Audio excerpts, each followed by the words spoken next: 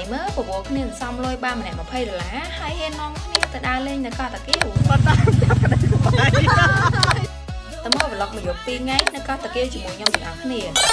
សំលុយបានម្នាក់$20មែនតែហ៊ានណាជិះសិតតឡាន VIP វរៈបុនថាំជិះតែ3ម៉ោងអីដល់ចំណតកំពង់សោមហីពួកយើងត្រូវមកដល់ចំណតហ្នឹងឲ្យបានមុនម៉ោង5កន្លះមួយឡាននេះគ្រាន់តែគ្នាខ្ញុំ6នាក់គឺចិត្តពេញឡានរបស់គេហ្មងចាគ្រាន់តែចូលមកដល់ឡានពឹបតាន់បានប៉ុន្មានផងនាំគ្នាគេងលក់អស់បាត់ព្រោះអ្នកក្រោកតាំងម៉ោង3ព្រឹកក៏ធ្វើដំណើរបានប្រហែល1ម៉ោងយើងក៏មកដល់ចំណតដែលគេឲ្យយើងសម្រាប់15នាទីនៅកន្លែងហ្នឹងអត់ដឹងថាចំណតហ្នឹងឈ្មោះអីទេភ្លេចបានអី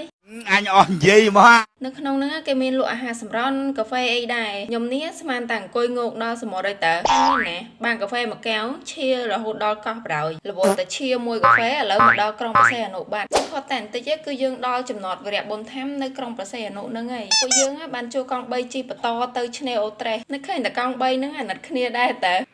មើលគ្នាឡើង6នាក់ហើយអីវ៉ាន់ឡើងច្រើនទៀតចាប់ទាំងកណ្ដាលថ្ងៃចាគឺក្តៅចាយហ្មងនេះសំណាងហើយបានលាបជាមួយនៅមកត់ឯកមុនចេញមកកុំអីចំដុំហ្មងយើងចូលទិញគ្រឿងសមុទ្រខ្លះយកតែអញញ៉ាំនៅលើកោះ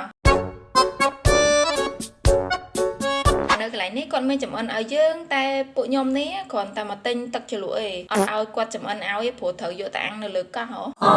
ទិញរួចរាល់អស់ហើយពួកយើងនាំគ្នាបន្តទៅឆ្នេរអូត្រេសហ្នឹងហ្មងគាត់តែមកដល់ឆ្នេរពឹបគឺដល់ម៉ោងបាយល្មមពេលមកដល់នេះកុំភ្លេចកំងមីសួរខ្មៅមកញ៉ាំផងឆ្ងាញ់របស់គេមែនណាមួយចាននេះតែ10000នេះគឺញ៉ាំអត់អស់ហ្មងបន្ទាប់មកយើងទៅរៀប apply sunscreen ដែលខ្ញុំជ្រើសរើសជាមួយនឹងមកគាត់ឯ sunscreen យើងអាចលាបតាំងពីព្រឹកហើយមកដល់ពេលនេះហើយអត់លាបទៀតទេដើម្បីការពារស្បែកមុខរបស់យើងកុំឲ្យជាំដោយសារកម្ដៅថ្ងៃយើងត្រូវតែលាប sunscreen មួយថ្ងៃឲ្យបាន2ដងពេលដាក់លើស្បែកមុខអញ្ចឹងហើយឡើងតែជាក់ហ្មងដើរលេងសមុទ្រអីអញ្ចឹងមកគាត់ឯ sunscreen គឺល្អបំផុតព្រោះវាមាន SPF ខ្ពស់ហើយវាធ្វើឲ្យមុខយើងឡើងតែជាក់នឹងមានពន្លឺទៀតដៃកតុយភ្នែកបាត់លាបទៅដៃកតុយភ្នែកបាត់ជូតចេញហ្មងកុំឲ្យជាប់នៅនឹងទៀតពេលអ្នកទាំងអស់គ្នាលាបមុខហើយកុំភ្លេចលាបកផងព្រោះកយើងក៏ត្រូវការពារកម្ដៅថ្ងៃដែរពីតាមុខអត់ជាប់មកជាប់កវិញ Had it just like that, had it right on track, and I keep finding out the head. ដើរលេងមកហត់ឥឡូវដល់ម៉ោងឡើងទូកឯងម្នាក់ឲ្យវ៉ាន់ឡើងសំពេញសំពងហ្មងនឹងសាច់តែគេមកយកផងអត់ចង់សម័យទេបើសិនជាទៅគេ2យប់3យប់ទូកតូចហ្នឹងអត់ពួកខ្ញុំត្រូវជិះទូកហ្នឹងទៅនិយាយលេងទេទូកហ្នឹងគេយកមកដឹកពួកខ្ញុំឡើងទៅលើទូកធំពេលឡើងមកដល់យើងត្រូវតែពាក់អាវពោងដើម្បីការពារសុវត្ថិភាព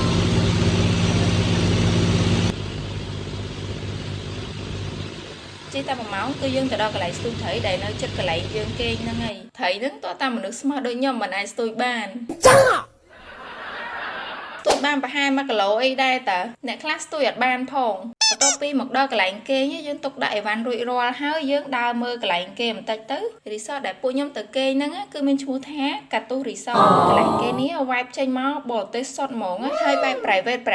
បឹងគីឡូរបស់គេនៅក្នុងព្រៃចឹងហ្មងពេលមកលេងកុំភ្លេចយកអា spray បាញ់មូសមកផងនៅកន្លែងហ្នឹង activity របស់គេរៀងច្រើនដែរតាកន្លែងនេះបារសម្រាប់រាំលេងពេលយប់មានកន្លែងគូរូហាត់ប្រាណ yoga លេង snooker នៅមាន activity ច្រើនទៀតអ្នកទាំងអស់គ្នាអាចមើលនៅក្នុងក្តារខៀនរបស់គេនេះបាននៅtrongវីដេអូខ្ញុំនឹងធួរួមឲ្យអ្នកទាំងអស់គ្នាមើលក្រោយពីដើរបានមួយជុំយើងមកងូតទឹករៀបចំខ្លួនទៅថតរូបមើលថ្ងៃលិចទាំងអស់គ្នា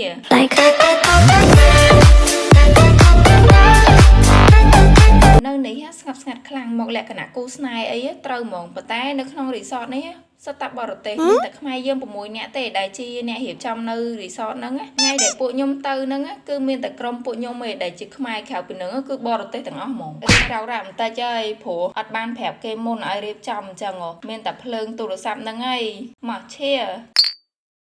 មកហូបយកទៅខ្លាចថាមិនគ្រប់គ្រាន់មានណាហូបអត់មានអស់ចុះដល់ថ្ងៃទី2ខ្ញុំមកញ៉ាំកាហ្វេគយគុណទឹកសមុទ្រមើលសត្វហាមើលស្រីស្អាតអីអញ្ចឹងនិយាយមែនស្រីបរទេសនៅនេះស្អាតម្ល៉េះបានណាឈុយមើលប៉ុណ្ណឹងបានហើយទៅរៀបចំឲ្យបានទៅផ្ទះវិញមុននឹងទៅយើងមកមើលបន្ទប់គេបន្តិចនៅនេះចេញមកបែបកោះមែនហ្មងគេងតើគេងចង់មុំបើមិនអញ្ចឹងទេគឺមូសសែងគេមានដង្ហាមួយតែអត់ក្តៅទេណាខ្យល់ឡើងត្រជាក់ហ្មងនេះកន្លែងលុបមកកូនបន្ទប់ទឹកគេដាក់ផ្សេងគ្នាអញ្ចឹងដែលយើងងូតទឹកគឺយើងងូតទឹកបង្អួតព្រៃព្រឹក្សាដល់ពេល check out ហើយនេះមេប៉ា9សំលុយរៀប plan កក់ឡានកក់បន្ទប់និង everything ហ្មងខ្ញុំនេះរៀបចំតែខ្លួនមកទេត្រឡប់ទៅវិញហើយអ្នកទាំងអស់គ្នា